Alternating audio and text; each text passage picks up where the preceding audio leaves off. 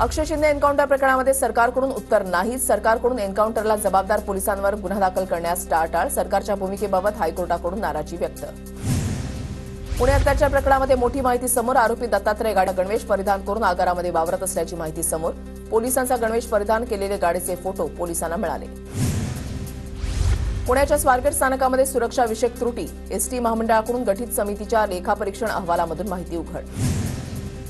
पुण्यामधल्या स्वारगेट आणि वाकडेवाडी बस आगाराजवळ अवैध प्रवासी वाहतूक करणाऱ्या वाहनांवर पुणे प्रादेशिक परिवहन कार्यालयाकडून कारवाईमध्ये 3 लाखांचा दंड वसूल. छत्रपती संभाजीनगरमध्ये भंगार बस रस्त्यावर. रावेर छत्रपती संभाजीनगर दरम्यान धावणाऱ्या बसची दुर्दशा. काचा तुटलेल्या असताना देखील बस रस्त्यावर. महाराष्ट्र परिवहन महामंडळाचा प्रवाशांच्या जीवाशी खेळ. सोलापूरच्या करमाळा एसटी आगाराची शिवसेना महिला आघाडीच्या वतीनं पाहणी. एसटी आगारामध्ये नसलेल्या सुविधा द्या, अन्यथा आंदोलन करू. शिवसेना महिला आघाडीचा इशारा.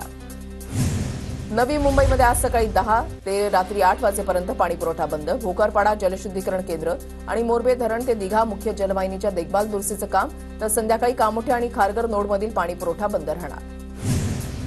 घाटकोपरमध्ये आज 12 तास पाणी बंद. जलवाहिनीच्या दुरुस्तीसाठी सकाळी 9 ते रात्री 9 वाजेपर्यंत पाणीपुरवठा बंद राहणार.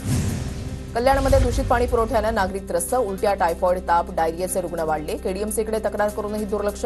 2 दिवसात उपाययोजना न केल्यास नागरिकांचा आंदोलनाचा इशारा. एमबीएच्या प्रवेशासाठी सीईटी परीक्षा देणाऱ्यांचे 1.5 लाखाहून अधिक अर्ज. गतवर्षीच्या तुलनेमध्ये यंदा नोंदणीमध्ये वाढ. 1 ते 3 एप्रिल दरम्यान परीक्षा होणार.